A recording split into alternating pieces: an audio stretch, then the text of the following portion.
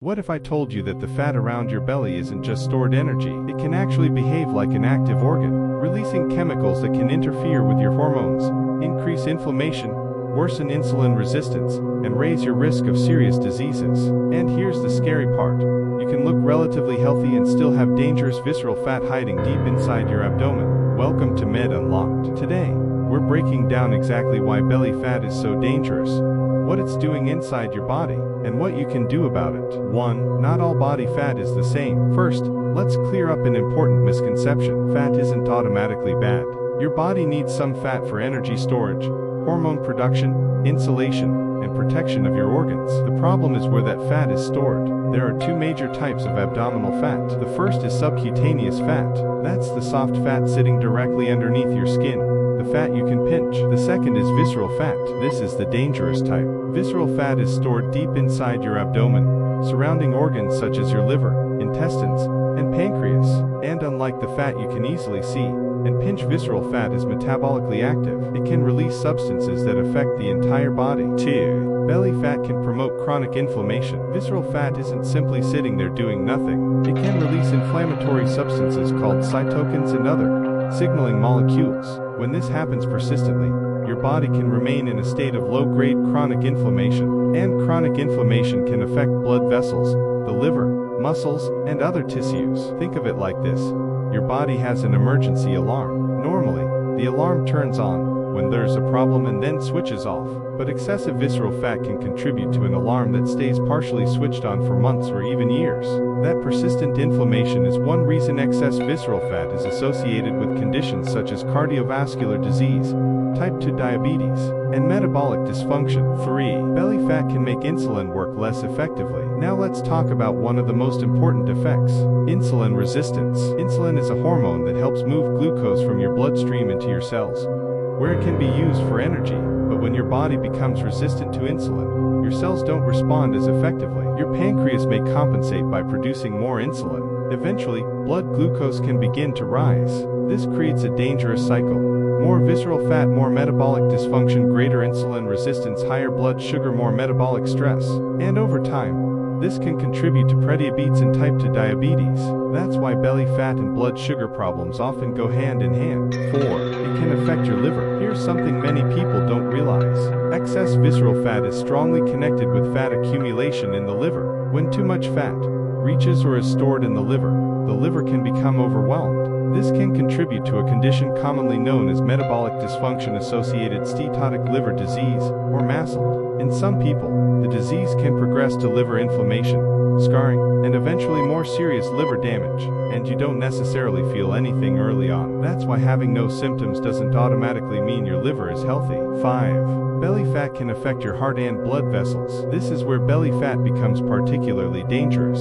Excess visceral fat is associated with a higher risk of high blood pressure, abnormal cholesterol and triglyceride levels, insulin resistance, type 2 diabetes, and cardiovascular disease.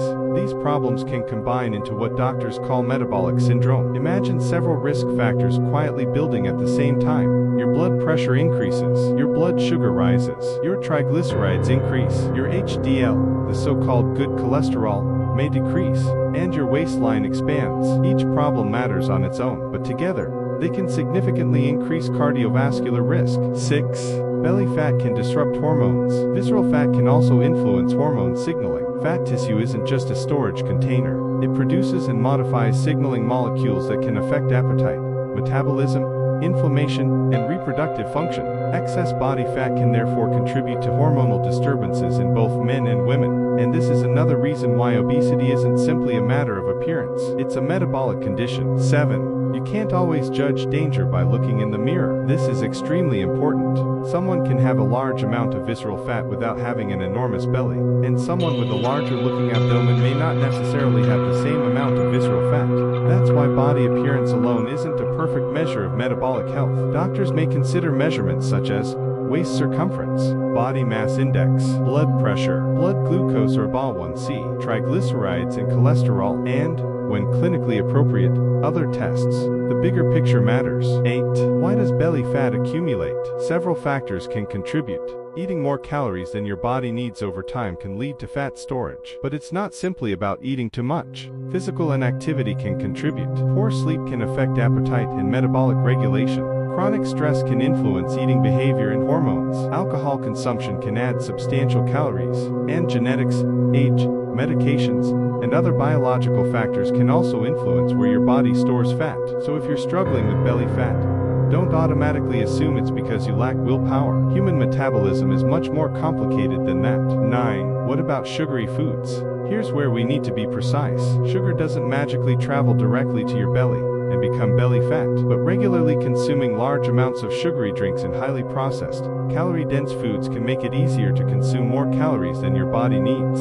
Sugary drinks are particularly easy to overconsume because they provide calories without making you feel as full as solid food. So instead of asking, which single food caused my belly fat, ask, what does my overall eating pattern look like? That's a much more useful question. 10. So how do you reduce belly fat? Here's the good news. You don't need a magical belly fat burning food, and you don't need hundreds of sit-ups to specifically burn abdominal fat. Your goal should be to improve your overall metabolic health and reduce excess body fat over time. Start with the basics. Eat more minimally processed foods. Include vegetables, fruits, legumes, whole grains, and appropriate sources of protein. Choose healthier fats in reasonable amounts. Reduce excessive sugary drinks and highly processed foods. Be physically active.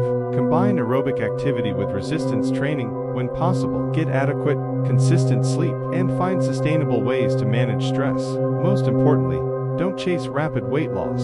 A modest, sustainable reduction in body weight can produce meaningful improvements in metabolic health for people who have overweight or obesity. 11. Don't fall for belly fat burning scams. There are countless products promising to melt belly fat. Detox teas, fat burning pills, special waist trainers, miracle drinks, one food before bed, tricks, and supplements claiming to target visceral fat. Be skeptical. You cannot reliably force your body to burn fat from one specific location simply by taking a particular food or supplement. And wearing something tightly around your waist may temporarily change how your body looks, but it doesn't magically remove visceral fat. There is no shortcut that replaces consistent healthy habits. 12. The most important message. Belly fat isn't dangerous because it makes your clothes tighter. It's dangerous because excess visceral fat can be part of a much larger metabolic problem. It can contribute to inflammation. It can worsen insulin resistance. It can increase the risk of type 2 diabetes. It can contribute to abnormal blood lipids. It can increase cardiovascular risk, and it can be associated with fatty liver disease and other metabolic complications.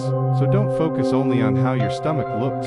Focus on what's happening inside your body. And remember, you don't have to become extremely thin to become healthier. Small, consistent improvements can matter. Move more, eat better, sleep better, manage stress.